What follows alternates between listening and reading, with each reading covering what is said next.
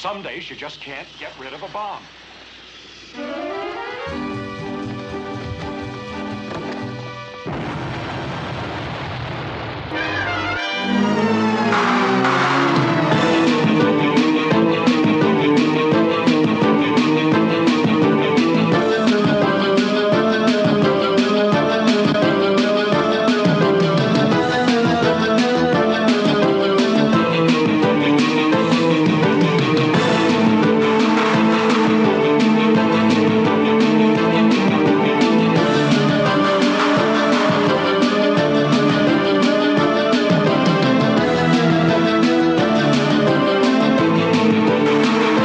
Welcome back, citizens, to an all-new episode of the Batcave podcast. It's your old bat chum, John S. Drew here, and if I seem a little tired in my enthusiastic welcome here, it's because, and I'm going to pull back the curtain, here for this episode of Some Days You Just Can't Get Rid of a Bomb, in which I am always joined by Robert Long. Hey, Robert.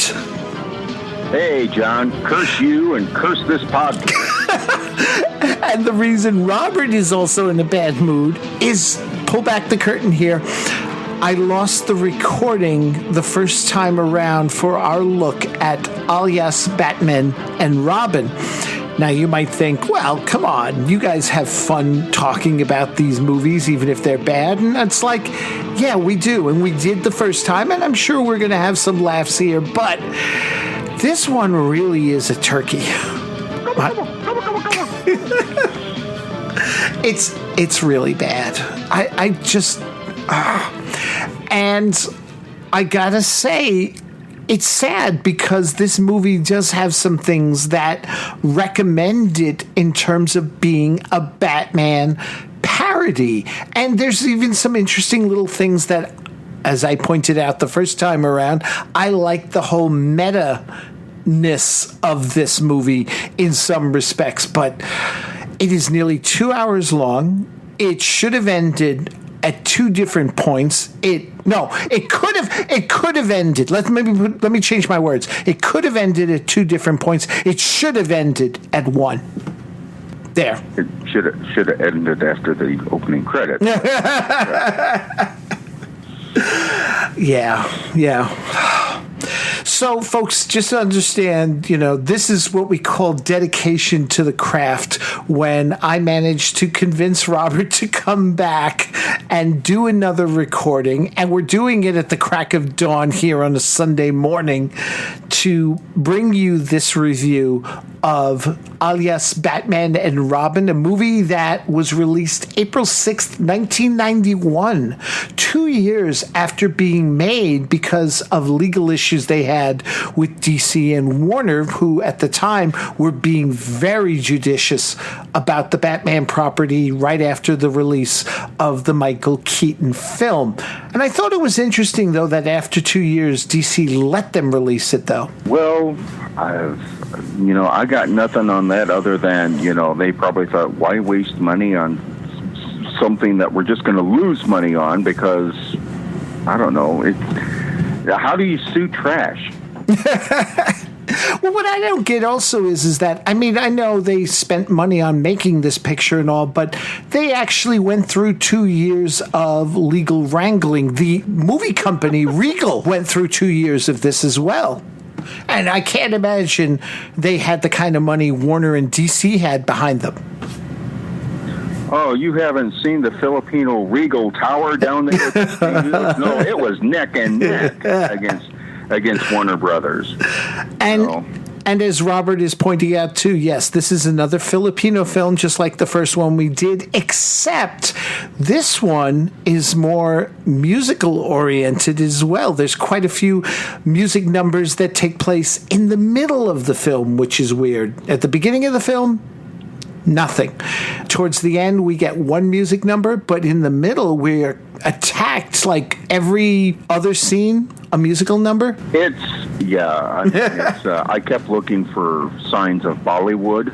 Yes. But no, it is what it is, folks. They decided to go Superman the musical on us, much to their detriment, but it is what it is. Yes. Yep. let me do a quick rundown here of our cast. Joey DeLeon plays Batman and Kuya. Now, he's not Bruce Wayne. He's a guy named Kuya. His son, Kempi DeLeon, plays Robin and plays his brother, Kevin, in the movie. Dawn Zuleta is Angelique Lagarde, or Vicky Vale, in this film. She's the reporter.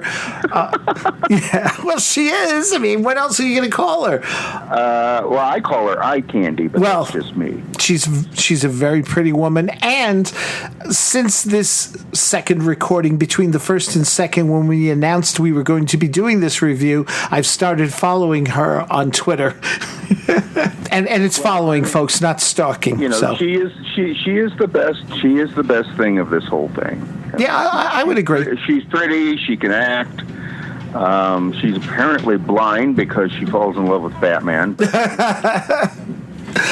The rest of our cast: Renee Requestas as the Joker, Panchito Alba as the Penguin, which they pronounce Tio Pan, Uncle Pan, and Pan in Philippines means a certain part of the male body, I think is what it means, if I remember correctly from our last time. So it's even a bit of a joke on that. Yeah, let's just politely put it out there. Folks, you can think of this as a rather naughty drink that you can get at a nightclub. Oh, there you go. In the Shakers. Yes. Yeah, no, that's it. It's a certain sexual act. That's right. That's right. Yeah. And I'll leave it up to that. If they want to, if our good citizens want to look that up, more power to them. There you go. Yep. Vina Morales plays Vina. She is Robin's girlfriend in this movie. Almira Mulak plays Catwoman, for lack of a better name for her, because she doesn't look a thing like Catwoman. Yeah, Superwoman. Yes, yeah.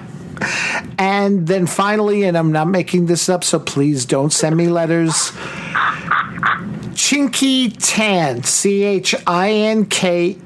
Tan. Chinky Tan as Glass's Kevin Robin's nerdy best friend. I mean, is that when you, like, fall asleep under a chain link fence or something? I don't know. Part of you's getting tan? I don't know. You know. So, but hey, John, do you want a piece of trivia before we get into this train wreck? I mean, this review. Yeah, let me hear some trivia. Not about this movie, though, is it? No. This is actually on one that we enjoyed. You remember good old Rat Finka Boo Boo? Oh yeah. Which was mercifully short. But there's a scene where they're right about to get into their bat fight. Right. And they walk up to a pigeon coop, and Ratfink goes, "Hello, Walter." And both of you and I were like, "What the hell is this?" And then I come to find that they're making a play on Walter Pigeon, the actor Walter Pigeon from Forbidden Planet and Voyage to the Bottom of the Sea. So that clears up that Perry Mason mystery right there. The Perry Mason movie. Okay, well, so, that makes sense, I guess. It does, and anything that takes us away from this movie we're about to talk about. Hey, how's the weather up in New York? No, you can't avoid this here. But I think, as you said, Robert, we're going to move through this a little faster here this time, because part of the other thing, too, I got to admit, I think we did a little too much navel gazing into this one. We took it a little too seriously. Well, we were trying to understand just what the bloody hell was going on. Oh, yeah. Yeah, I mean, folks, this is 1/3 in English, 1/3, and then it's, Spanish or Spanglish or It's a mix of both. It's a mix of both. It's Spanish, it's English, and it's Spanglish. Admittedly, they admit it. I wonder if it was done, though, in the hopes of getting an international audience that you could follow the movie along enough if you mixed it up. I guess. I mean, I would. I'm not sure subtitles would have helped. I don't think they would have hurt. Right. That's all I'm saying. Yeah. But as John said, folks, this is going to go a lot faster. So, John, what was your final thoughts on this? Not that fast, Robert. Not that fast. Damn. Let's talk a little bit about the movie here. As I say, it opens up first with Kuya, our Batman eventual wannabe. Now, this is the thing. Batman and Robin don't exist yet. As the movie opens, we just see Kuya coming in and checking on his brother there, Kevin, who is his real-life son in real life. And Kevin is studying a book on commerce, and Kuya seems really impressed, but then he walks behind and he sees that Kevin's playing the old reading comics while pretending to study trick. And we see that he's also got a stack of them off to the side, so Kuya takes them away to leave Kevin to study. So, haha, cute. That's true. And, you did jump the gun just a little bit there, John. How so? The movie starts with not a half-bad rendition of the Batman theme. Completely forgot about the theme. No, you're absolutely right. And what's interesting is that when the movie plays, the first time they get into a fight, we get the Batman theme music for the fight. But then after that, every fight after that is original music. Well, it kind of reminds me of the third season, where Yeah. we used to have good music, and then we had the third season. Well, if you think about it, the movie could actually be tracking the whole series from the beginning, being kind of like the first, and then by the time you get to the end with the nonsense that happens there, it's as gonzo as the third season. Okay, I'll give you that. So, yes, we have IKEA walking in on Kevin. I mean, what's his name? Kura? I'm going to call him IKEA. I don't care.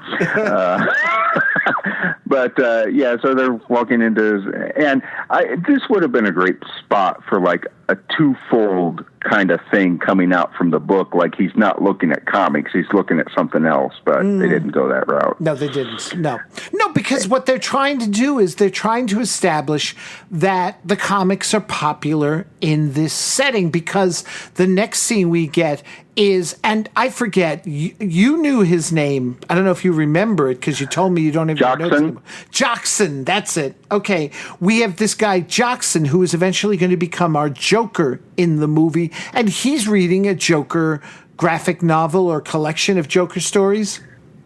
Yes, it was the greatest Joker stories ever known. I know because I own the book. Okay. All right. But you see, it establishes this whole thing of comic books are popular here among these people in our story. Oh, yeah.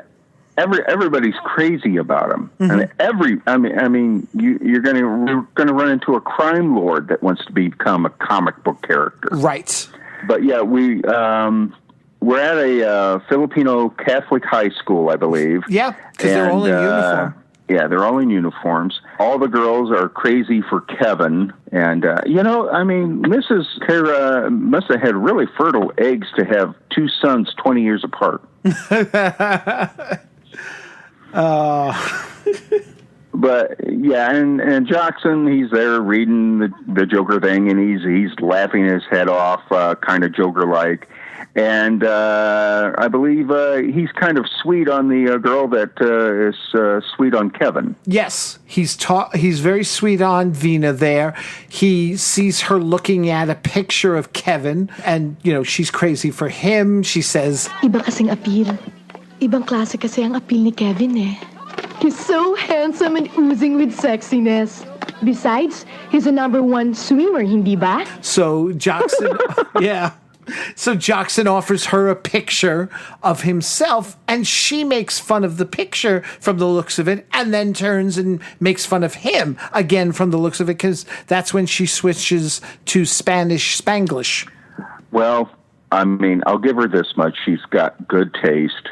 Because Jackson's nothing to... Folks, Jackson is a 30-year-old high school student. Yeah. With a full mustache. Yes. Hey, gotta love the mustache, because that plays a part later on, too. It does and it doesn't, but it's just very, very creepy to know that somebody can be set back 12 to 13 years. Right. Then we cut to this group of boys. They're talking about Kevin, and from the tone and such, they clearly don't like him. Jackson overhears it, but doesn't seem to do anything. He's just sort of listening. And these guys are bad because they're smoking. Yeah, yeah. And they're smoking on school grounds. Yes. Yep. So I was just waiting for the leather jackets. Yep. Now, Jackson goes and brings some flowers to Vina, who is with a friend of hers, and she wants to know, I guess, where her flowers are. So he hands her a bunch of stems that I guess he trimmed off the flowers, because I'm like, what makes you think to bring also a bunch of stems? But it was funny. Venus shuts him down very quickly. So Joker then tries, or Joker, I'm already saying Joker, Jackson turns and tries his luck with the friend.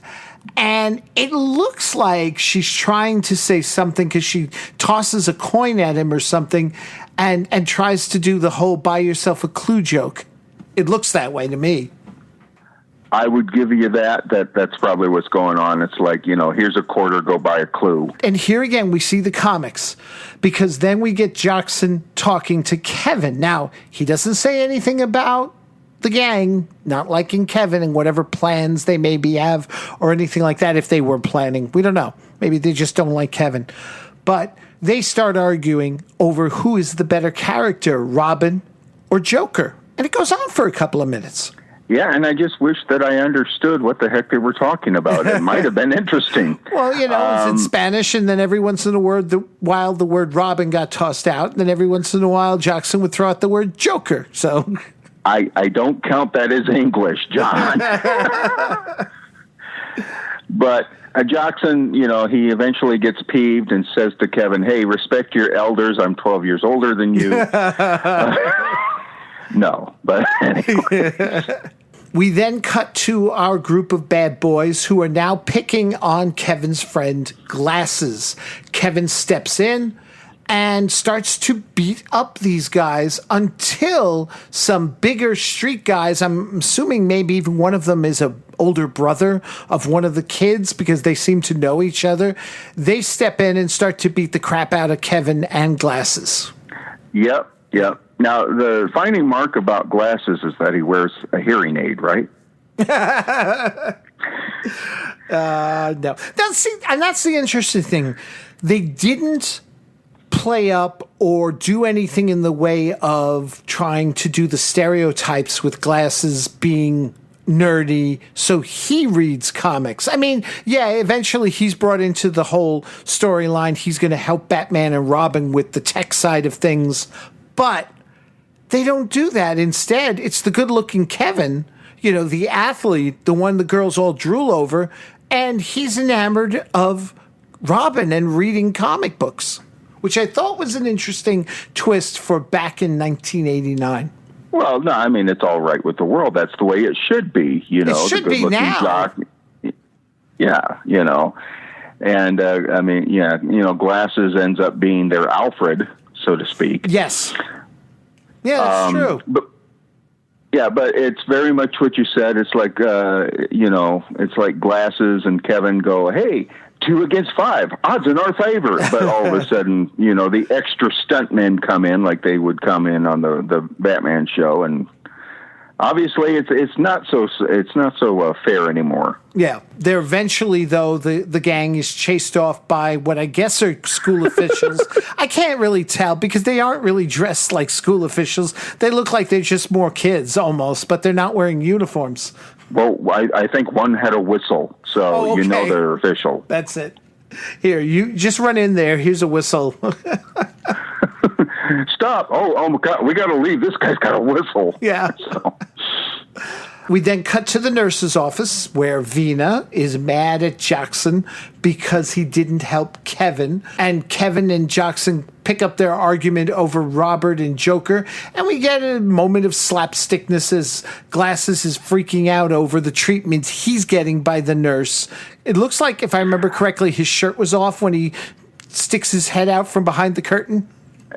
Yeah, he's in one of those like curtained bed areas, folks, and he's like screaming and he's shirtless. I think it had something to do with the rectal thermometer, but I could be wrong. Yeah. So the two get out of school. Oh, God. The two get out of school. Hey, this is going faster, John. This is going faster. No, I got to admit, it's going faster. The two get out of school. Kuya sees that when they get home, they've taken lumps. He's mad. He takes the two boys back to the school to identify who attacked them. And at first, when he sees the numbers... Kuya naman, oh. Akala ko ba kaya punta tayo dito para i-resback mo kami? It looks like he's going to chicken out, but then suddenly he attacks and he's knocking the boys around and stuff, but then he starts to swing on Glasses and Kevin as well before clubbing himself with the weapon he's picked up. Yeah, he kind of goes all Captain Caveman. Yeah, that's who he reminds me of, Captain Caveman. Just all unga bunga. Captain Kura! Oh, so, man. Yeah. Meanwhile, at Jackson's apartment, Jackson gets a note from his uncle, the messengers who are standing at the top of the stairs to his apartment, Jackson manages to send them flying down the stairs by accident or whatever, I don't know. But his uncle wants to see him, his Uncle Pang. Pang wants to be the kingpin of crime, and he wants Jackson's help. He decides he's going to call himself Penguin, but Jackson, of course, makes the play on his name, Penguin, meaning, sexual act Gwen. Yeah, folks, y'all remember that late 70s show about the good-looking guy and his monkey in the truck? BJ and the bear? Yeah. He's not the bear.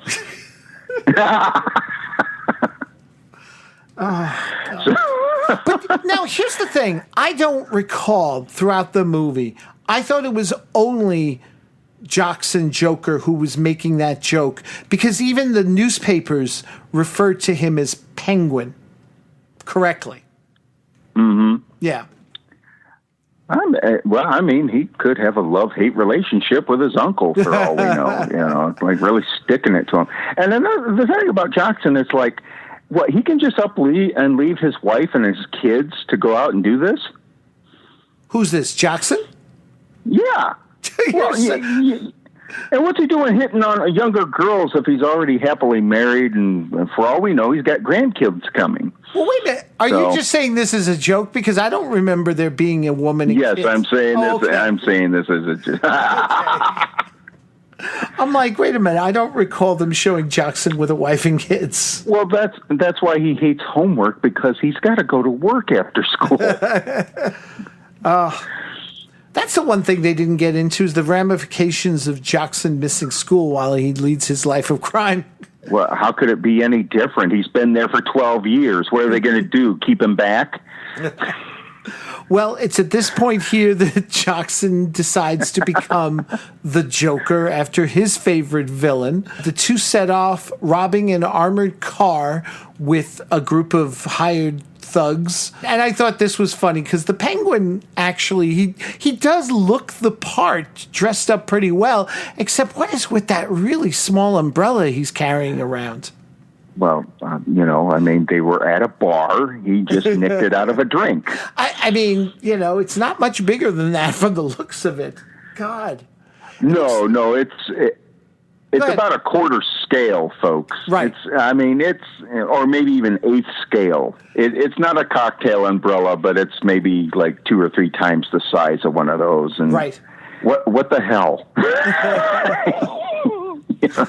The costumes are pretty on point. They actually kind of dress like the old Megos.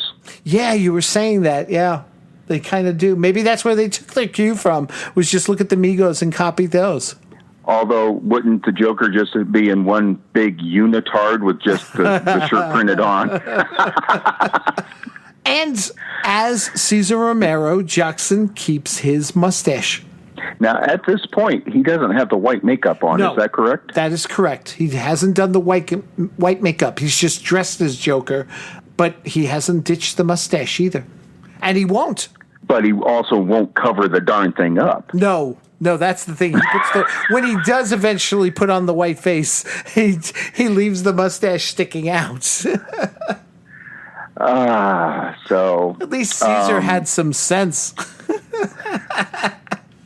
Well, Caesar was actually getting paid. I mean, who knows what, if these guys were getting like animal crackers in payment or something. Like, screw that, I'm not going to shave off my mustache. Right. So, but yes, they take on the armored car. And what do they do with their henchmen, John? Well, see, that's the thing. I don't know if this is his way of like trying to make as much money as possible. But once the crime is over, they just basically mow down all the goons in order to keep the money. And then he realizes, at least this is what I'm gathering from the dialogue, that they can't keep doing that because people won't, work for them if that's the case. Although we'll see later on they will. I don't know. I did like this whole little bit, though, where he goes, it's a problem or something, and Joker goes, akala ko manap ng pangit. No problem. Hahanap na iba. No problem. And he says that several times in the movie. I think probably one that's become his catchphrase. Well, that's what I was thinking, yeah. I mean, the thing is that later on they must, and you know what part this is, they must not worry about the whole money thing because they bring in a partner. Well, that's where, when he says no problem, I think he's starting to make the arrangements to meet up with Catwoman and have her gang work with them. Yeah, but they're not going to keep all the money because she's not going to work for free. Yeah, so, exactly. Now, who's, let's see, a little bit behind the curtains. Look here, folks, just to let you know. After we recorded the first time, I crumpled up my notes and threw them immediately away. And then I got the bad news that we were going to have to do this again. And I said, John, I'm not going to watch this again. And he's like, well, maybe I can loan you my notes. So I'm actually looking at John's notes right now as we go through this, because I wasn't about to go through that pain. So the next thing I'm seeing here is we have something about Angelique the reporter. Yes, we're introduced to our Vicky Vale. She is a reporter for a newspaper, and she's getting this call about Joker and Penguin from a witness, and she wants to follow up on the story, but her editor also, and this is part of the English thing, tells her to call the police. So, but she's in. She's in. Yeah. And, she's working for, I don't think Vicky worked for a newspaper back in the day. I know she worked for some magazines or something, but that's just the nerd in me coming out. No, I you know what, you're right, and I remember that. I just thinking in terms of the 89 movie in which she worked with Knox, but he worked for the paper, she didn't. Yeah, she was a freelance photographer. That's right. Yeah. Okay. Now, we get like a bunch of quick scenes. We cut to the next morning. We see Kuya and Kevin reading the newspapers about Penguin and Joker. We then get the scene with Joker applying his face makeup, but again, keeps the mustache and keeps it visible. He doesn't try and disguise it. We start getting a montage of newspapers reporting on more crimes, including the robbing of Gotham Bank. And this is what I like about this film. It's meta because the characters are based on the comics, but this movie is still set in Gotham. I didn't know the Philippines had a Gotham. Now Exactly. I do. And the Joker's look is getting weirder and weirder. Yes. Because of the mustache, he kind of looks like an evil Ronald McDonald. And he's doing something really stupid with his hair. He's almost like giving himself devil horns, but it looks like Buffy and Jody from Family Affair. Yeah. So, but yeah, I mean, they're going about robbing a bank in full costume there. He's getting into the white makeup. He stopped by Party City. So, And we see that they realize they got to pay their goons something, so they hand them one bill each. I don't know what the value of those bills are, but then they take the bill back to pay for taxes and hand them only a few coins or something, so the men walk off in disgust. Now, I saw this as playing a little different, and maybe I did, maybe I didn't mention it last time, but I think they were giving a bill to each one of the guys, but the last guy, to me, it seemed like they ran out of bills, so the guy's looking for his pocket change to give him. No, because they did say taxes. The word taxes did come out. Okay, well, none of them were speaking American, so I couldn't understand what was going on there, John. Oh, yeah, no, then one of them said, oh, taxes, and then it was like, okay, so then we got to take out a lot. And I thought that was actually kind of cute in a way. It was funny, but... wah, wah. Well, I concede to the fact that you were knowing what they were saying, so that actually is a somewhat funny scene. Yeah. Now, the papers continue to report on the two and their crime wave. Kevin gets the idea in his head that he and his brother should become Batman and Robin if there's a Penguin and Joker out there, but Kuya is not convinced of this just yet. We cut to Joker, who pays a visit to Catwoman. And the only reason she's Catwoman is because there's some cats, I think, or she's holding a cat. But otherwise, she's just got this bevy of women about her at her table there when Joker visits. He gets in another one of his no problems lines in. And he wants to bring her in on their scheme. So...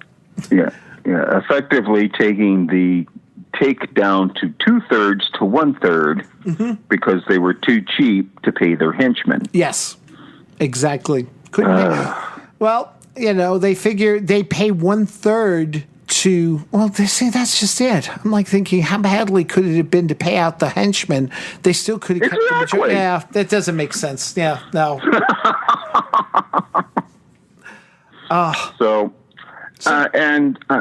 What's she dressed as at this point? Is she in a costume? Is she not in a costume? I forget. She's in the costume, and we're not going to see it for a little while, the full length, but eventually, when we do see it, it looks like it's a Superman costume. She's wearing red and blue.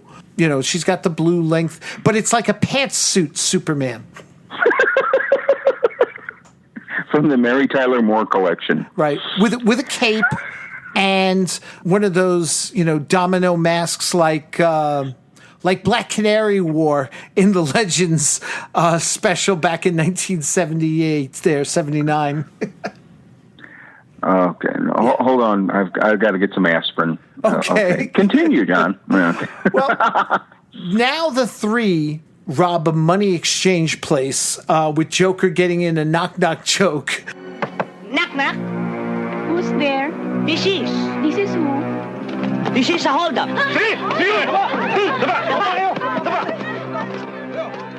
This is where it all begins. This is now the middle of the film. We're going to get hit with musical number after musical number after musical number as...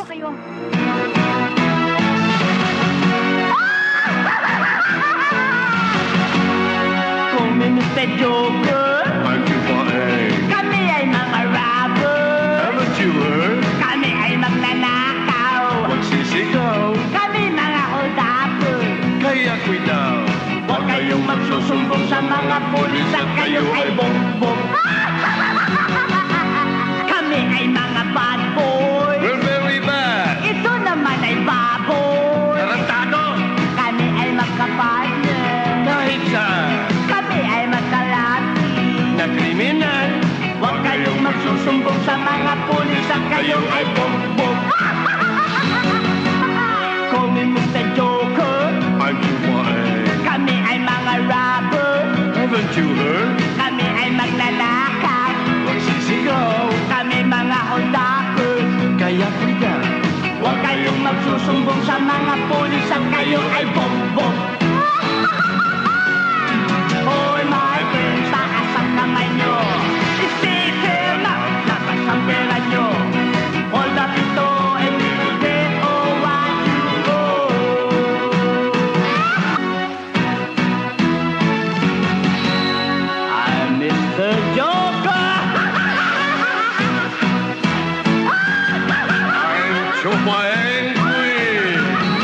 our two, and I wrote down, I don't remember, you had a different title, I think, but I put it down as the title of the song was I'm Joker, I'm Penguin, as the two sort of introduced themselves via a musical number with Catwoman's women dancing in the background.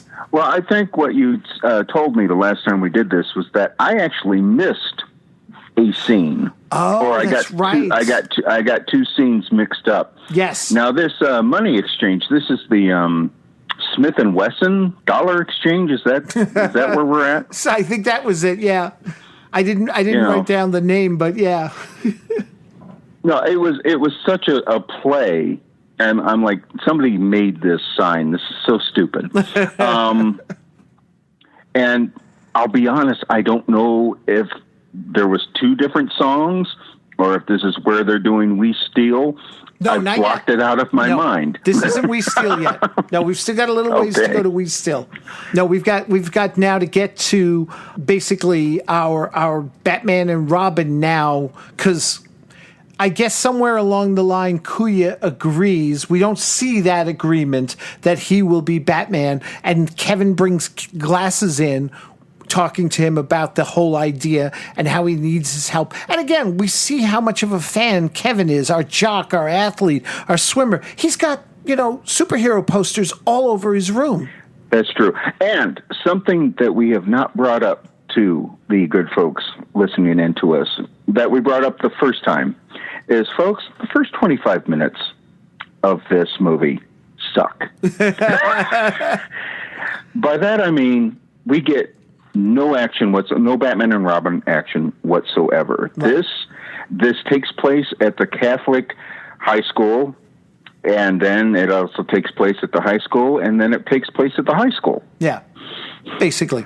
And it's only at this point that it gets remotely interesting, because then all it is a series of crimes as we cut back and forth as Kevin is deliberating with Kuya. Then we cut to Kevin and Kuya and Glasses working on the tech and working on their bodies, doing training and stuff, because that's when we get the song Batman and Robin.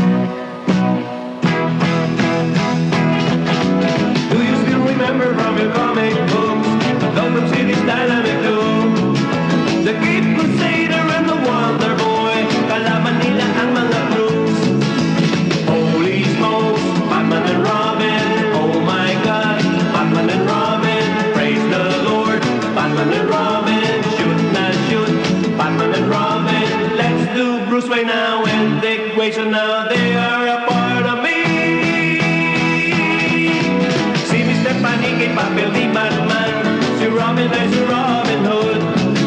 The Cape Crusader and the Wonder Boy, doon sa kanila ang nahud. Holy smokes, Batman and Robin, oh my God, Batman and Robin, praise the Lord, Batman and Robin, shoot that shoot, Batman and Robin, let's do Bruce Wayne now and Dick Grayson now, they are a part of me.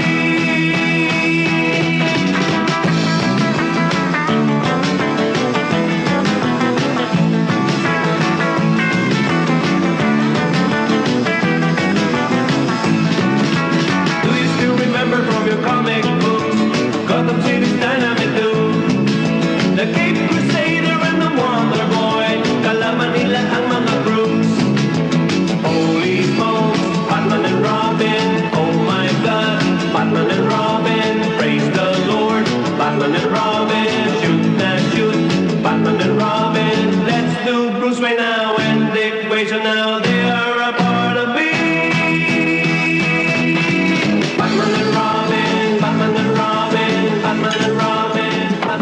Right, as done to Surf and Safari by the Beach Boys. Yes.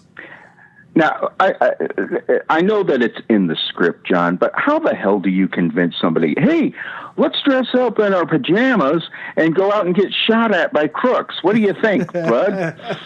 I don't know. I don't know. I mean, we all know why Bruce Wayne and Dick Grayson did it. It was out for revenge and vengeance and stuff. But it's like, hey, we read comic books. We can do this. True. True. I can't, especially just two average guys.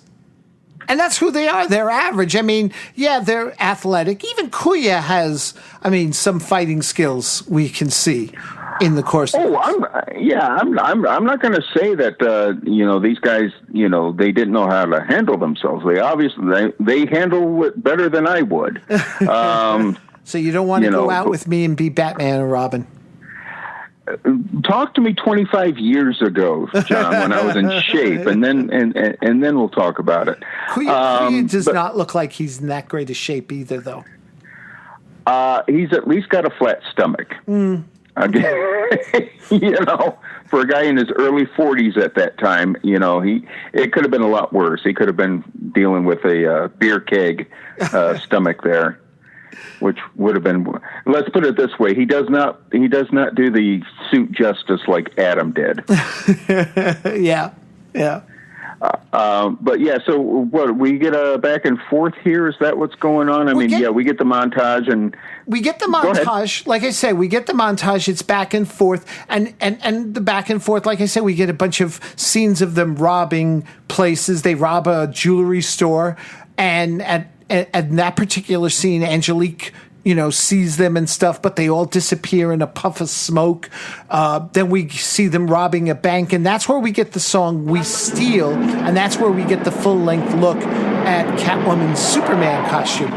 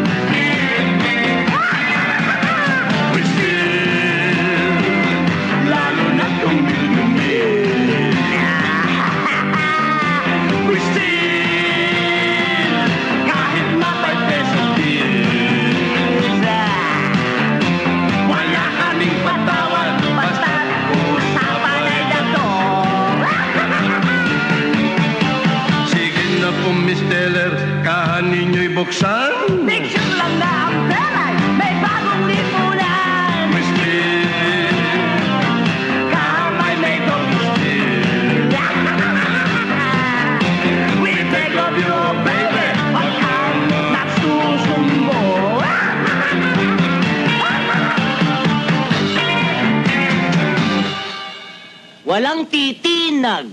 Walang kikilos. Okay. Now, We Steal was to what? That's an old song from the early 60s, I believe, is Lucille. Okay, yes. Okay. Yeah. And and it goes on full Bollywood here. The people behind the counters are clapping their hands and moving to side, and so are the henchwomen. And yep. And I was waiting for like a fountain of water to shoot off and some fireworks and confetti. But yeah, this is our second time into the musical section, and it was a great time to make a sandwich. Yeah, there you go. And while this is going on, I guess it should be the third time because we're also getting into Surf and Safari with the dynamic duo and their homoerotic workout. I'm sorry. I got nothing against nobody, but it was just a little bit uncomfortable the way the camera was panning up in some spots. I'm like, okay. So, little eye candy for the ladies. Yeah, or for those guys of that persuasion. There you go. We got to be all inclusive. Yep. But Glasses is working on I swear to all that's holy, he's working on the Filmation Batmobile.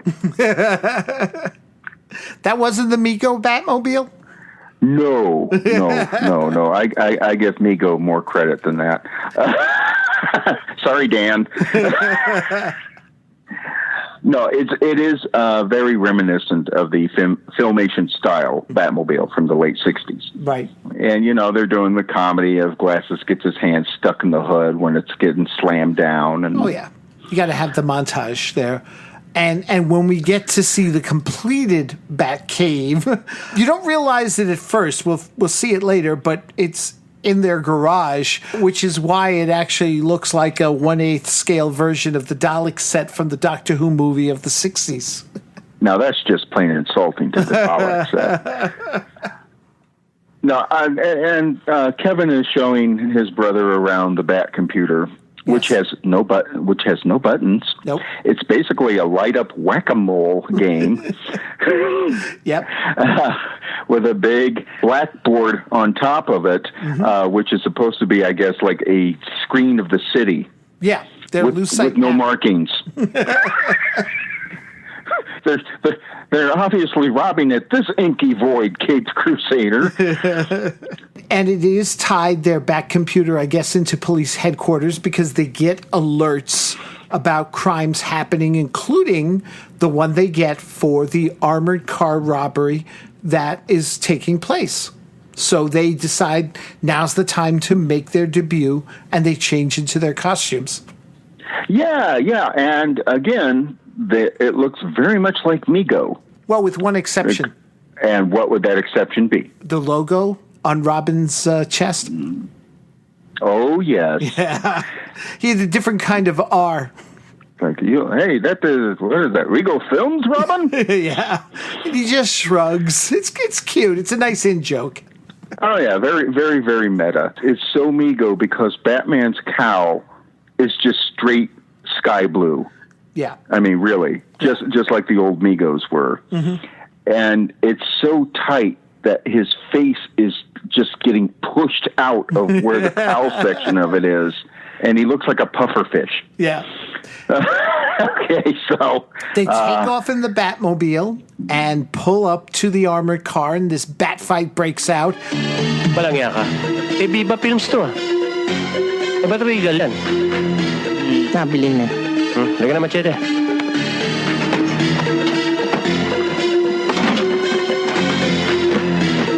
Ako na yan. Ay! Sige, tayo na!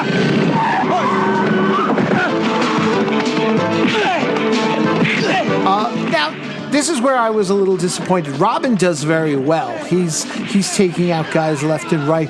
Batman appears to focus on one guy, and it's all done comedically, with even, and I didn't even catch it the first time, the coconut falling out of a power, what do you call it there? Yeah, like a telephone or a power pole. Yeah, there you go, telephone or power pole. I couldn't, I thought it was an actual tree, and I was just laughing at the whole idea of the comedy of the coconut. And it's like, no, it fell out of a tree pole. Yeah, I mean, half of it is Robin kicking ass and taking names, and this is actually really good. Yeah. And then you just got Batman pulling like a Gilligan's Island, just like rapid punching comically on one guy, and then like is a coconut or I don't know, it looked like a head of lettuce falls out of this damn thing, and you're just looking at it. Yep. Like, what, cabbage? What the hell did cabbage come from, eh? But they round them up as Angelique comes up to them and asks for an interview. Batman agrees, but from the looks of it, it sounds like he wants to do it at her place. And this is where we then get to this weird scene here because he's greeted at the door by, I guess, her butler. Magandang umaga, Batman? Magandang umaga naman. Sino ka? Ang inyo pong lingkod, Nolly Boy, ang boy sa bahay na ito. Si Miss Angelique Legarda. Nasa loob po. Tuloy po kayo, Batman. Salamat sa'yo, Nolly Boy. I don't get it. Yeah. I don't. Yeah, she's got a manservant. I mean, she's got that kind of money, folks, from this job to where she's got a manservant. And I can't go on anymore. I've got to end it all. I've got to leave a note someplace, John. And for whatever reason, and I know, I forget if you explained it, they don't complete the interview there. They agreed to meet at a cemetery? Why? I think she wants a more...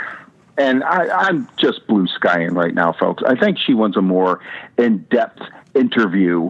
And so he's like, well, how about over my place, the Batcave? And I will meet you at the cemetery and pick you up there for whatever reason. Right. And yes, I don't know if there was anything after that, John. I've blocked it out. I'm not going to bring back the nightmares. I'm sorry. We get a quick scene of our three villains robbing a bank, but Joker screwed up, and it's a blood bank. Now, I thought this was cute because they're treating it up to a certain point as very serious because they're pulling up in a bus and these cars and all these guys with guns and the women with guns are jumping out and they're taking on the guards who look completely clueless, and we'll understand why in a second.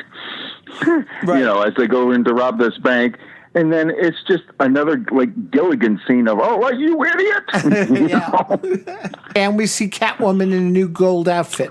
We see her in her Elvis Vegas years outfit, and the Penguin points up to the sign that says bank, and the Joker's like, well, no problem. Yeah. And then the Penguin points over to the other word that says blood.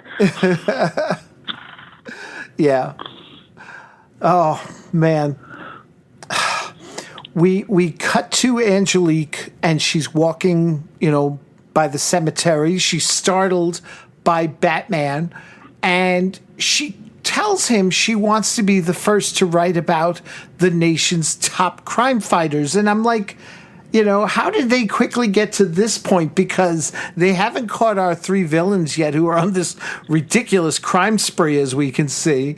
So how did they become the top crime fighters? All we've seen them do is bust up an armored car robbery of normal thugs. Well, I think we talked about this before, and my only guess is that because these guys are crazy enough to dress in their pajamas. Right. So that makes them the top. Well, I mean, who wouldn't want to interview a couple of mental cases? You notice they never meet any resistance from law enforcement. In fact, we barely ever see law enforcement in this movie. No, we see guards at these places. We never see a police station. Yeah. No, I take it back. We do see some squad cars a little later on. Right. But I'm saying it's not a big part of the movie, though. It's an afterthought, almost. Well, this whole movie's an afterthought. But, so, yeah, I mean, she's wandering around the cemetery, and, yeah, as you said, Batman just kind of pops up like some peeping Tom stalker. Yeah. Scares the pants off of her. Yep. He says, hey, come into the Batmobile, and I'll take you to the Bat carport. Yeah. Well, that's the thing. He takes her back to the Batcave, and this is where we realize it's just a garage. We see how nervous and clumsy he is as he gets his cape stuck in the door. It's a lot of... This movie has a lot of the slapstick tropes we often see in movies. And then, this was cute, he offers her the variety of Bat beverages. May I offer you anything? Okay lang. Meron kami ditong bat juice. Meron din kaming bat coffee.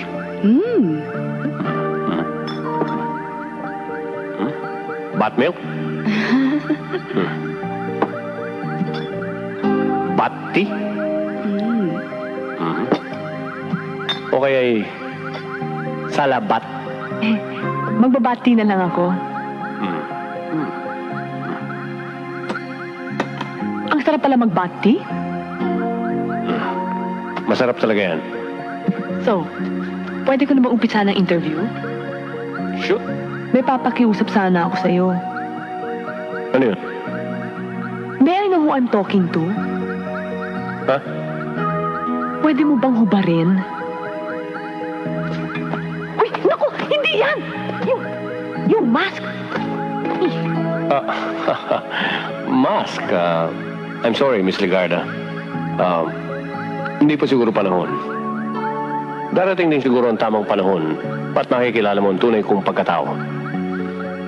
Pero, bago mo ako tuloy yung tanungin, pwede bang ako naman ang makiusap sa'yo? Okay lang. Ano yun? Pwede mo bang hubarin? Naku, Batman, ha? Ang salamin. Ang salamin mo. Ha? Yun naman pala eh. Akala ko. Now, these guys have been in business, what, a couple of days? Yes. You know, however long it took to make the Batcave and the Batmobile.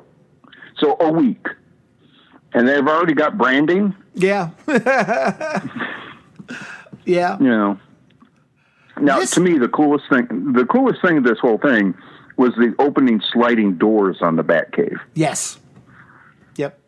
But see, this part here, this whole part here, as silly as it was actually probably the closest thing, other than Jackson not shaving his mustache to Cesar Romero. This was the closest thing to 60s Batman, because he takes her back. Okay, Batman didn't do that too often, but we see the sliding doors. That was cool. He's got the bat beverages. You want bat tea. You want bat this. It's cute. There's that awkward joke with where she says she wants to get to know more about Batman, and he starts to take off his pants, but she's like, no. I want to know your identity. And then we get an actual bat twirl. I mean, there is a graphic of a bat twirl clumsily made on the screen as his story is told, but we don't hear it. It's like, okay, now we get to the end of the story after the bat twirl. And the whole scene ends even with the joke of her saying, I want to use the bathroom. Yeah. It's I'm glad we didn't get to hear the whole story. I mean, thank God for small favors. The movie's long enough. Well, yeah, I mean, what you going to say? Oh, my brother talked me into it. Yeah. Oh, that makes for interesting copy. Yeah. So, yeah, and I think I said it last time. I do believe there is one or two bat poles in the background. Yes. So that's another nod. Obviously, they were watching the show back then. Yeah. No, absolutely. Yeah. I mean, but this is it. This is the closest thing out of it all that you could say, okay, 60s. I mean, good or bad, that you can judge, but you can at least say, put your finger on it, that's 66 Batman. Oh, yeah. I mean, make no mistake, there was some time and effort put into this. Definitely. Mm-hmm. And it does have some production value. But as John said at the beginning, this movie could have ended a good 20 to 40 minutes earlier than it does. Yeah. Absolutely, yep. Because now here we come to where one of the moments where it could have ended. But before we even get to that, we've got this cute little scene where we see the girls aren't into Kevin anymore, but Robin. Now, I thought this was Kevin who did it. You said you thought it was Glasses, and it's possible. And it makes more sense if it was Glasses. It makes it even funnier because either Kevin Glasses decides to dress up as Robin and impress them, but the problem is other boys in the school have decided to dress as Robin as well, so the whole plan backfires. Yeah, and again, because I'm not willing to go back and look at this, it could be glasses or it could be Kevin. I'm wondering if it was both of them showed up. It's like Kevin shows up, hey, I'm Robin, sure you are, and there's glasses as one of the three other guys. Yeah. I mean, that would have been funny. But yeah, so they just basically having this mini party of guys dressed up as Robin, and they're all like, man, none of us are going to get lucky. Yeah, exactly. But now we come to where it could have ended because the dynamic duo interrupt another robbery of Penguin, Joker, and Catwoman. Let's go.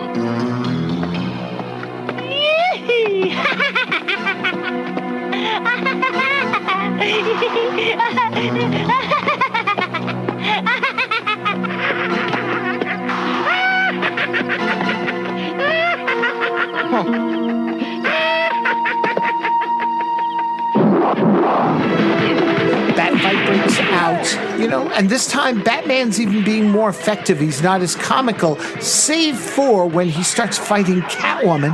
At one point, it looks like he bites her like he's a vampire. What the heck was that? Well, he's part of the Monster Squad. But when it's all done, the three are caught, and you think, okay, we've watched... No, John. The two are caught. Oh, that's right. Jackson got away. That's correct. Yeah. He ran off. That's right. Because he's the one that will help Spring Penguin later. And I say later, because guess what? Could have ended here. Could have been over anyway. But no. Now that it seems like life is normal and the threat is over, we're going to spend... And I didn't even realize I'm looking at this going, oh my God, I wrote 1, 2, 3, 4, 5 sections, little paragraphs about what happens here between this and the breakout from the jail. 20 minutes. Yeah. 20 minutes of basically Kuya, Batman trying to woo Angelique, and Vina and Kevin discovering they love each other. I admit I loved the Kevin and Vina section, and as I said last time, I mean, what's going on is she's still looking at his photo in kind of like a park setting, and Kevin comes up behind her and sees that, she does like me, and they start holding hands, and it turns into a late 70s K-Tel summer love collection. Yes.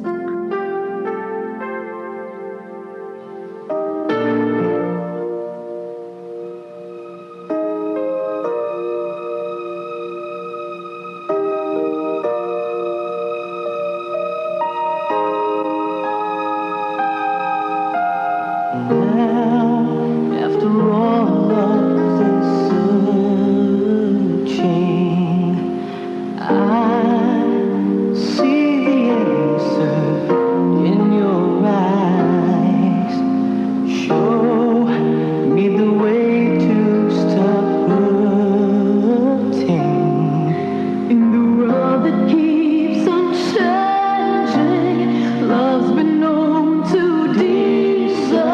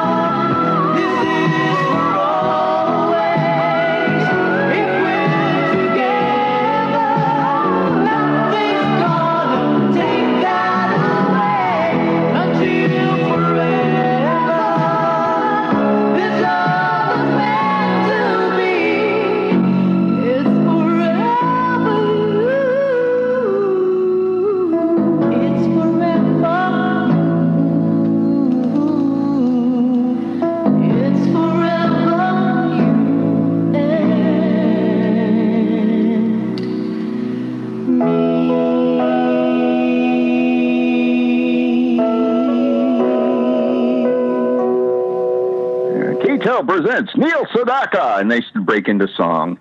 And the only one entirely in English. That's true. That's true. And I mean, it's a sweet spot, but it's a complete waste of 3 minutes of my life. Oh, come on. Most of this whole 20 minutes is a complete waste of time. I mean, at least Vina and Kevin are, romantic and it's straightforward and off they go. Although, like you say, it's a waste because Vina doesn't play much of a part in this movie. You'd think by setting this up, she'd play a bigger part, but no, at least as bad as the comedy is with Angelique and Batman, at least Angelique plays a part in the movie. Well, that's true. I mean, Vina's basically Dick Grayson's girlfriend from the beginning of the Chandelle episode. Yes, there you go. That's how much she's worth of this whole thing. Yeah. I mean, Glasses plays a bigger part, and Glasses is worthless other than making the Batmobile. So, yeah, and I mean, we're interspersed with Angelique getting flowers sent to her. She starts to say, "Oh, I love you, Batman. I know you care." And it's like, where the hell? Never mind. Never mind. I don't want to get into it. And you got to get into it for a moment because we got to talk about how Kuya, as Batman, also is falling for her, and he starts to fall asleep at home, and as he does, mag-dream sequence kaya ako. He mutters dream sequence, and he cues the guy off. He cues the guy off camera. It's like, okay, dream sequence, please. Yeah. and it's this dream of him.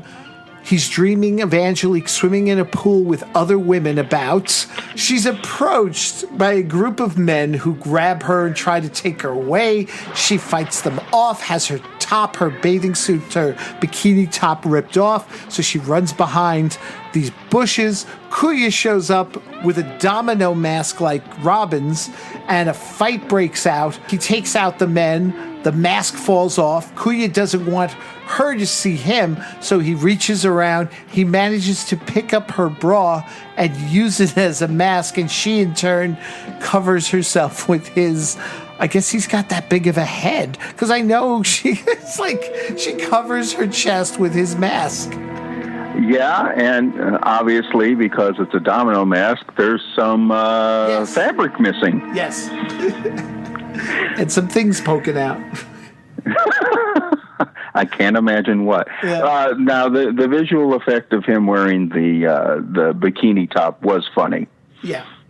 Yeah, no, it was cute. It was all cute and everything, but it's just, come on. This is, so much time wasted in this film on, and I know it's supposed to be comedy and stuff, but it's just, and of course in the dream, she expresses her love for him, and of course he wakes up, so he's determined to go and finalize this, I guess. So he goes to her house, but what I don't understand is he doesn't go in full costume. He's wearing the cowl, the mask, the cape, but he's wearing a Batman t-shirt, and for some reason, he's wearing his tights in a way that his package shows off a little more. Again, I'm trying to block these images from my mind. Yeah. I am going to have to go back to therapy. Thank you so much, John. But yeah, no, he's wearing like his t-shirt goes, beyond the waist and all that. I don't know why he goes, well, what? No, I'm Batman. See, here's my package. I'm like, oh my God. Yeah. Yeah. And she returns the expression of love, and it gets him thinking something's going to happen that night, but she tells him, wait for the honeymoon. Yeah, he goes in for the bite, so to speak, and she crawls out from underneath his cape. Yeah. Meanwhile, at Gotham State Prison... Well, see, and that's it. There's all that happened when we could have just done a shorter scene. We didn't need Vina and Kevin. God love them and everything as cute as it was. We didn't need any of that. And now the movie's not over because Penguin gets out. He breaks out of prison with a bunch of other thugs, goons. He's picked up by a waiting helicopter. I did like the way they played the scene, though, because he's hanging off the arm of the helicopter as it flies away, and we see the P on his uniform in the back. That was cute. Well, you gotta go. You gotta go. I mean, it's going to end up on. Oh, that kind of P. I'm sorry. Yeah. Yes. Yeah. Yeah. And yeah, I mean, we could have totally gotten rid of the whole romantic thing. However, 20th Century Fox probably said, well, if you have the crooks immediately get out again, that's too close to being the TV series, and we can't allow that. Yeah. Oh, God. So, since Penguin's out and, they're going to start their crime wave again, Kevin's like, hey, let's suit up as Batman and Robin, but Kuya is like, no, I've got Angelique now. I don't need to be Batman anymore. At least that's what I got out of the dialogue. So Kevin, in frustration, goes off as Robin in the Batmobile, and he stops a robbery, which, of course, then makes the press all wonder, where is Batman? Yeah, I'm going to say right now, I could have had just an entire movie of Robin with the Batmobile fighting crime. Yeah. It's pretty awesome. Made for better cinema. Yeah, it's true. And, we get the lazy Susan twirls of, where is Batman? Mm-hmm. Yep. And Robin decides to call Angelique. Who, John? Angelique. That's right. He wants to try and call Angelique and see what's going on, I guess, to convince her that she should convince him. Again, this is all based on what I'm seeing, not from direct dialogue that's in English. And as much as I speak some Spanish, it wasn't coming through for me. But hey, I made the best I could here. We cut to Penguin, who's like, we're not going to get anything done as long as Batman and Robin are in the way. But Joker knows that Batman has someone special in his life, or at least, is always in contact with, that being Angelique. Get Angelique, and we get Batman out of the way. Now, here's something. How the hell does the Joker know this? I don't think we ever got a scene where he knows that Angelique... It's in the script. I know, John. It's in the script. Yeah, I know. What is that? It's IITS. Yeah, IITS. Yeah. I couldn't remember for a moment there. So Robin goes to the paper and he talks with Angelique just as Joker and Penguin arrive with their goons and they attack. And this was actually a pretty cool scene as the two of them are running through the newspaper warehouse. My question to you, though, is that every time one of the thugs would be like, hey, I saw him, Penguin would step out and kill the thug. Why? Loose cannon, perhaps? I mean, this movie is a contradiction of contradictions. I mean, it's comedy, it's musical, and yet there's people getting killed left and right. Mm-hmm. I mean, the only thing I can imagine is he's like, I'll get him. Like, maybe that was one of the lines, and Penguin's like, no, I'm getting him. Or maybe because they don't want Angelique shot, so he shoot... Because, it's like, well, if we have Angelique, Batman will stay in line. I don't know. I mean, it didn't make sense. But... Oh, now you're trying to put logic to this. Well, okay, yeah, John. That's true. Yeah. What am I doing? Carry on here. So Robin does eventually manage to disarm Penguin, but Joker also manages to grab Angelique. There's a scuffle among the four of them, and in the course of it, Robin drops to the floor and is shot by Joker, and the two of them take Angelique away. That's going to become really awkward when they go back to school Monday. Well, it's awkward in general because what happened? Did he crawl his way to the hospital? Did he take off the costume and lay there in his underwear, stuffing it somewhere? Before does the world now know that Kevin, the dreamboat swimmer from high school, is indeed Robin the Boy Wonder? Because the next scene we get to the hospital, Kevin's in bed and Kuya has arrived. And of course, seeing him lying there like that in the hospital bed motivates him to go back and put on the costume and go out and be Batman.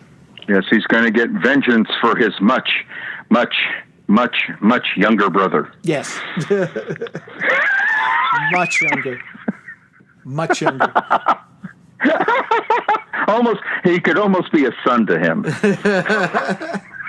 It's like a son. Okay. Meanwhile, at the villain's hideout. Yeah, a weird little moment there. Just a cutscene where Joker has Angelique tied to the bed and he's poking her breasts and making honking sounds. What?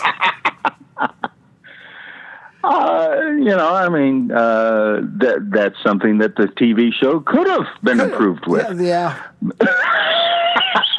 Well, Not that it would have gotten past the censors, but anyway. Thinking of from the and apparently it was a true scene, that thing from the Back to the Batcave movie where Adam reached out and grabbed Yvonne's breast. Yeah, apparently it happened a couple times during the third season. Oh boy! But it's just I got nothing on that other than it's.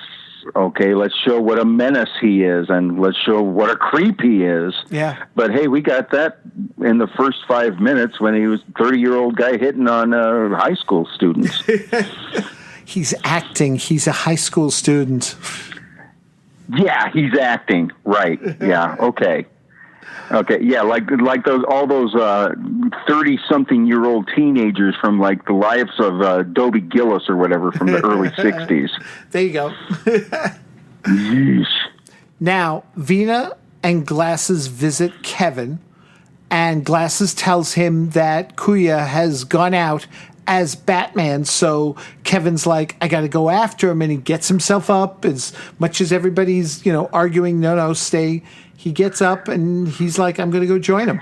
Yeah, at this point, I believe Kevin has been moved back to Wayne Manor. Yeah. And is because it's a different room. I didn't catch that at first. Right, and it's like, no, you must rest, Kevin. You can't do it. It's like, and Venus like, I'll even sing a song with you. And Robin's like, no, I have to get out of here. So, oh my God. We see Batman making his way to Penguin's complex, and this gets dark. He kills a man by snapping his neck. Yeah, I mean, comical Batman here has gone full Dark Knight. Yeah. He takes out other guards. He catches Penguin at one point and somehow manages to back him up into this room that has a gate, a cell-like structure to it. So he locks him in there and turns out the lights, leaving him in the dark. To Penguin!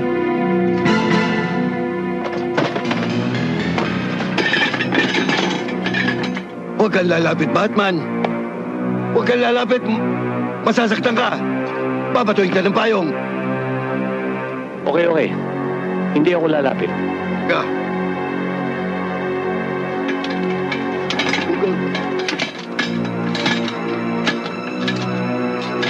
Batman? Ay, Batman, ba't pinatay mo yung ilaw? Batman! Batman!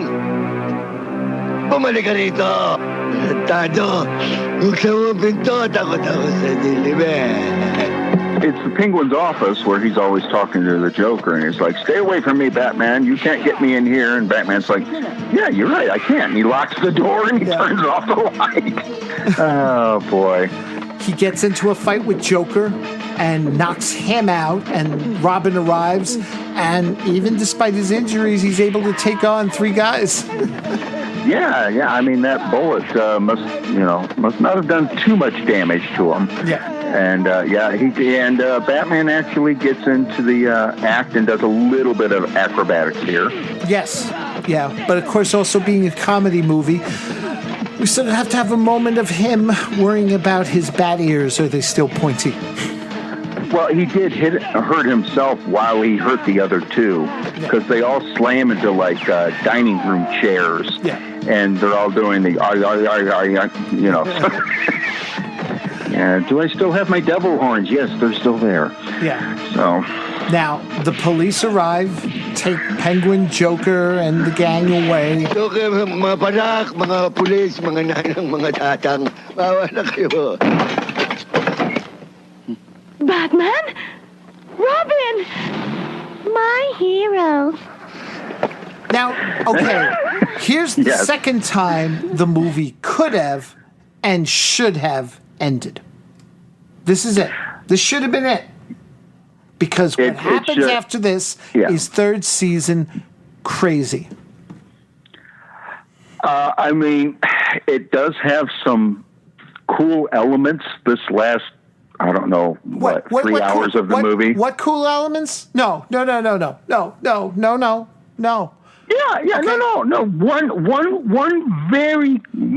Let's be afraid of God. Cool Let's be afraid of God. No. The little man, the little person dressed as Spider-Man. No, when they're breaking out. All right.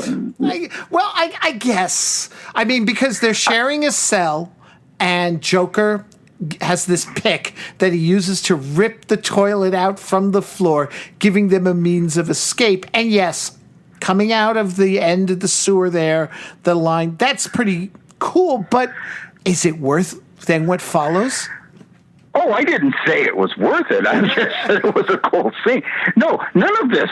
They could have gone straight to credits, John. I would have been quite happy. Yeah. I would have been happy if they'd done that 25 minutes earlier. Yeah. Well, they would have if they hadn't had all that middle stuff with Vina, Kevin, Angelique, and Kuya. So they escape. They get back to Penguin's place, and they decide that, hey, okay, killing them isn't working. Having Angelique as hostage isn't working. What we need to do is we need to degrade, that's their word, and I'm sure what they meant was disgrace, Batman and Robin. So they dress up as Batman and Robin and rob the Treasury office. But as they're escaping with their money, they're surprised by a bunch of robbers who wanted to rob the Treasury themselves. They get into a fight. They're being beaten up just as Batman and Robin arrive, and a big bat fight breaks out. Everybody's captured, and this is so weird, Joker and Penguin promise they will be good from now on and will help society, so they let them go. Yeah, it's due process of law and all that jazz. Forget it. They promised they were never us. duly deputized agents of the law. I just, there's been mass murder in this movie, and people are dying left and right, and it's like, no, we'll be good. Okay, I trust them, Robin. Let's go. Mm-hmm. Yep. But there is something really good about this scene, and that it's almost over. Almost, because then we cut to, now you'd think, okay, maybe this could, actually now you think about it, this could have been the ending, but no, Jackson and Uncle Peng show up later at Kuya's place. Everybody's Uncle BJ. Uncle BJ. And they're all out of costume. And I'm looking at the clock and I'm like, there's still 5 minutes to go. Peng has a gift. Kuya thinks it's a bomb first, but we see this is how sincere they are. They're giving up their Joker and Penguin costumes to Kuya. Okay, that could have been the end of the movie. But no, we've got to have Kuya later visit Angelique. He's sitting and waiting for her to come out, and he's having a drink served to him by Naughty Boy. As Angelique steps out, dressed up as Wonder Woman, and I guess she thinks she's going to join them as part of the dynamic duo. And if that's the case, why didn't she dress up as Batgirl?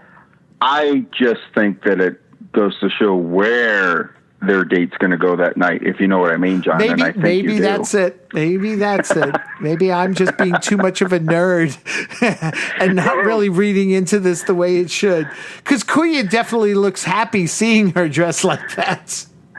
Yeah, and it's a good thing they didn't pan down as he was happy. And okay, happy ending, but no. We've got to get one more musical number. Tiyak magugulat si Angelique pag nakita ko. Shall we go?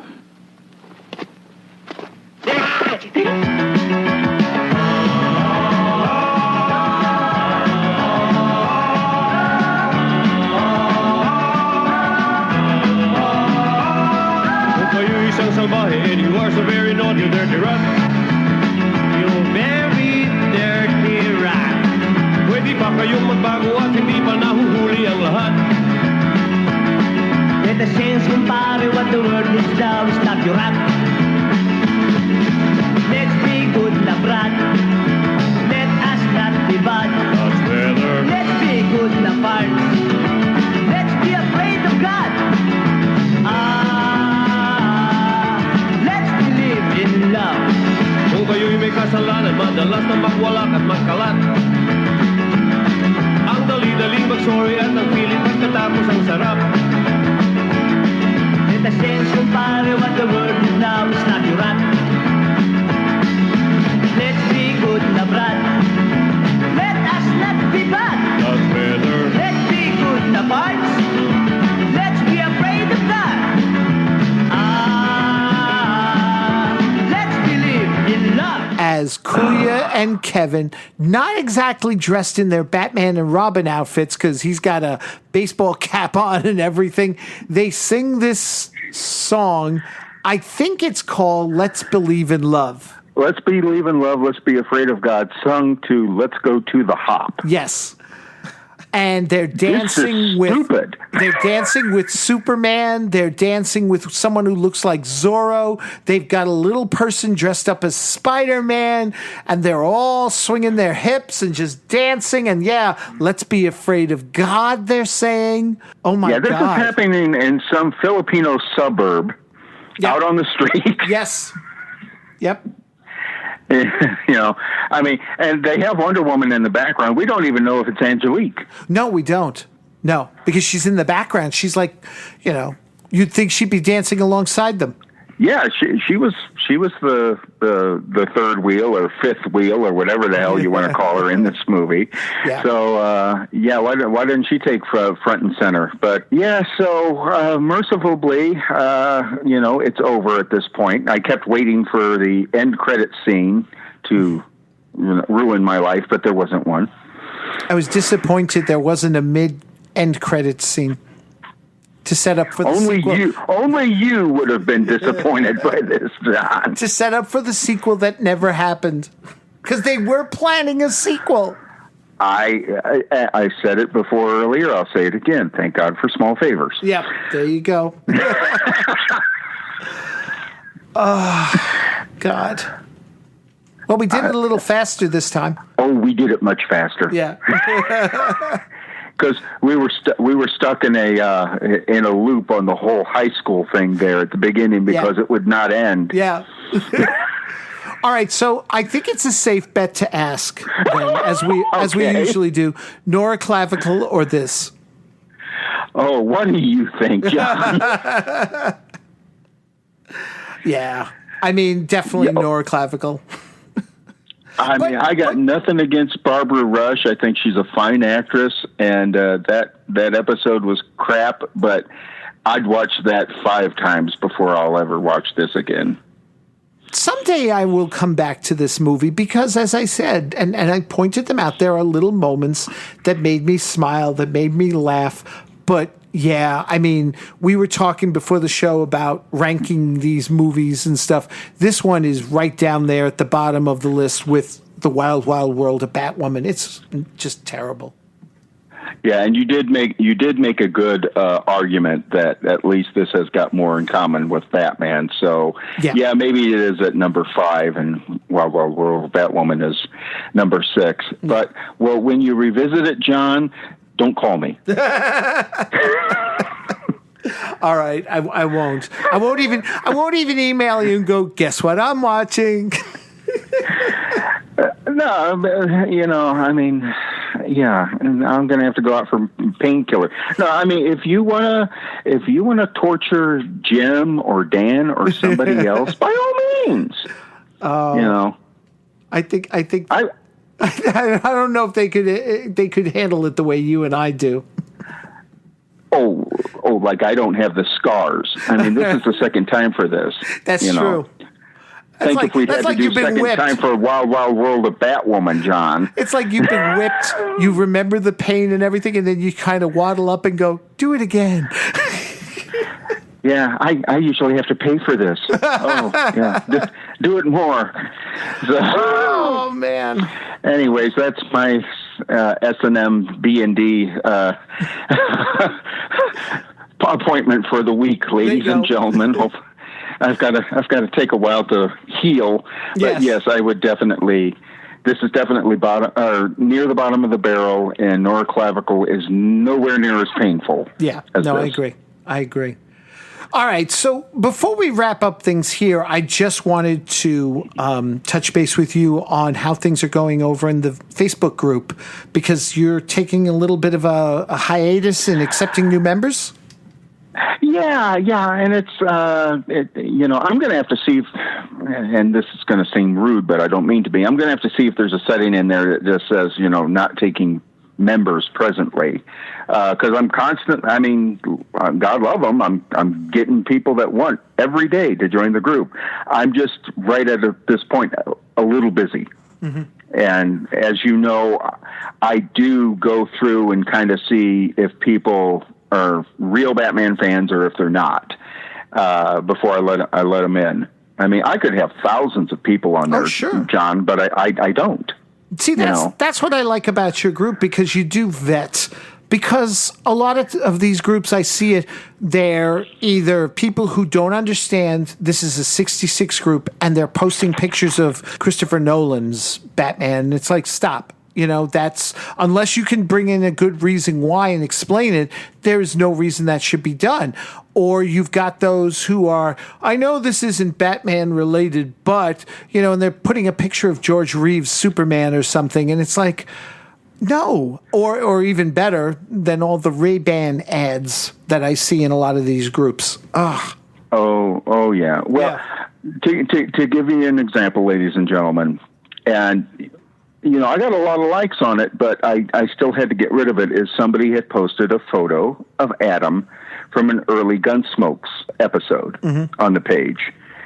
And that's all well and good. And it's like, but he's Batman. It's like, it doesn't matter. It's not Batman. Unless, I could say if that, the scene he shows and he's explaining, well, in this scene, he says something to the effect of, and it's similar to what he said. You know what I'm saying? I could get that because, for instance, say somebody posted Adam on The Simpsons when he did the convention thing. That's sure. Batman. But that's Batman. I mean, he's there with the Batmobile. Right. He's there doing, his shtick. Right. But, here he is just being a regular serious actor in 1963, and you really have to put it in context for me in order for me to keep it. Right. Exactly, but that's the thing. I don't think people realize that's what this group is looking for. Is it has to be contextually as well as physically, Batman 66 related. Otherwise, I'm going to send Simon the Pieman after you. Oh, good old Simon the Pieman. I would have loved to have seen him as a Batman 66 villain. I mean, Jonathan Winters would have been a great Simon the Pieman. He would have. And he would have dressed up nicely as the woman, too, that Simon dresses up as. God. I'm wondering if that's where they got it from. Because that was his shtick. Right. You may be right. Right up there with the hair all done up in the bun and everything. Right. Yeah, because he was Moth Fricker or whatever her name was. I'm going to have to do a little research and see if that maybe was... Could have been, potentially. I mean, notes from Filmation are very rare, so it's going to be more of a guesswork, but still. Yeah. Well, not to get too much on a tangent of Filmation, but I looked up Ted Knight the other day because I wanted to see what his filmography was, because obviously Ted Knight, other than obviously being known for the Mary Tyler Moore Show, he did tons of animation voices. Yeah.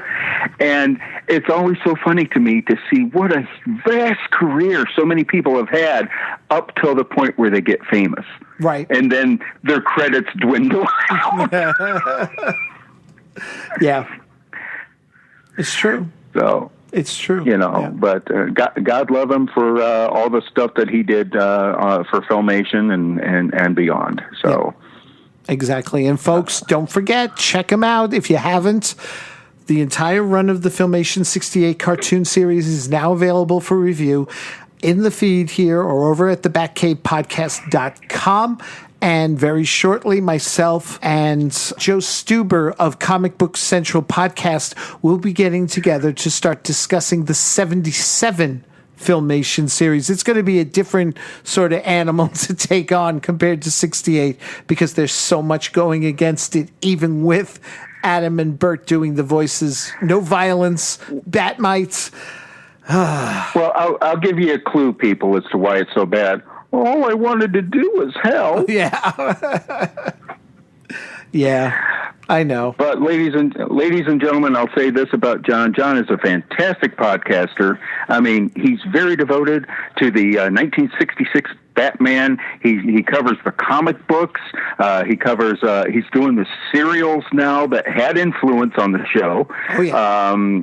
And he's also covering some of the shows from the 70s that were heavily influenced by the Batman TV show, including Electra Woman and Diner Girl, one of my favorites. And he's gotten into doing the Monster Squad. And, John, I really enjoyed the opening gambit that you guys did on that. That was a great show. It was fun. It was a lot of fun. I wasn't sure at first about Monster Squad, but I think overall, and the second episode is going to even be more fun because dealing with a politician, that's going to allow for a lot of satire there. So that's going to be fun. But we've also got our mission here on Some Days You Just Can't Get Rid of a Bomb. And, you know, I still say we should stick to our guns for the next episode. Even though as I'm watching this, I'm going, yeah, I like our idea. I'm not going to repeat it. I'm actually glad of what we're going to do during certain scenes in the film. Don't say anything. I kind of like the idea. I want to leave it as a surprise. But what we're giggling and laughing about like a pair of 12-year-old boys is Robert and I are going to review the, I don't know the year, but it's Ron Braun's Batman adult Alex film. Alex Braun. Yeah. Or is it Axel Braun? Axel Braun, 2010's Batman. And as they like to say in the biz, it's an adult film. I once went on an interview for a adult cable channel to be their video librarian. And the guy said to me as I'm doing the interview, he goes, you know, are you okay with handling this material? And I went, what? Porn? Sure. Like that. And he gave me such a look and he said, please, we call it adult entertainment. Oh, brother. Yeah, so we're going to deal with the adult movie Batman from 2010. And I mean, you don't have to say anything on air here, but you said that you're going through it.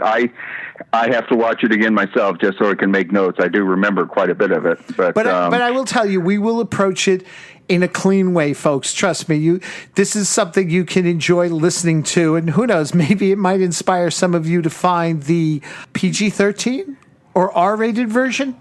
Oh, it's PG-13. It has one cuss word. Okay, so there you go. It's a PG-13 version with all the adult stuff removed, so you can even actually watch that.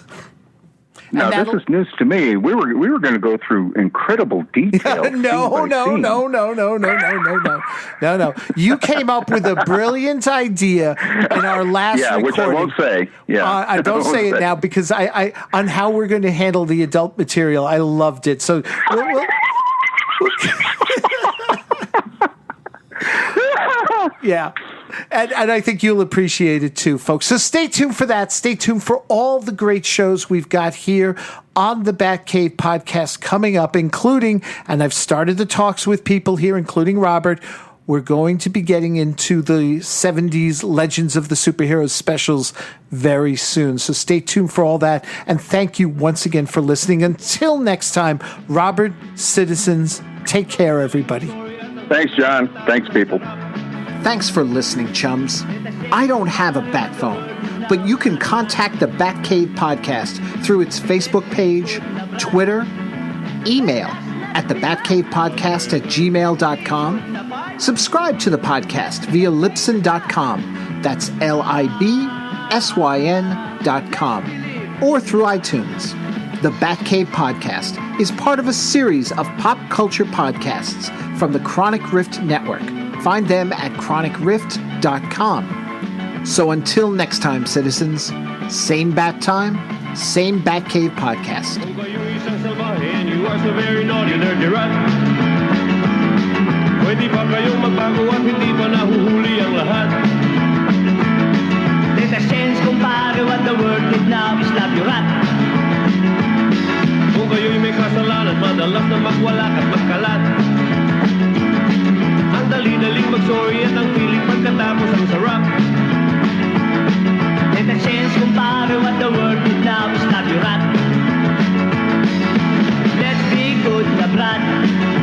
Let us not be bad. That's better. Let's be good na part.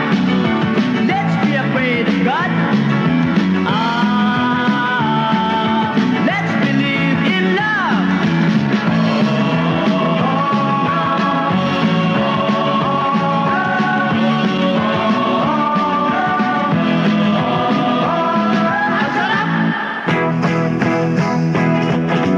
Do you still remember from your comic books Gotham City's dynamic duo? The Cape Crusader and the Wonder Boy, kalaban nila ang mga crooks.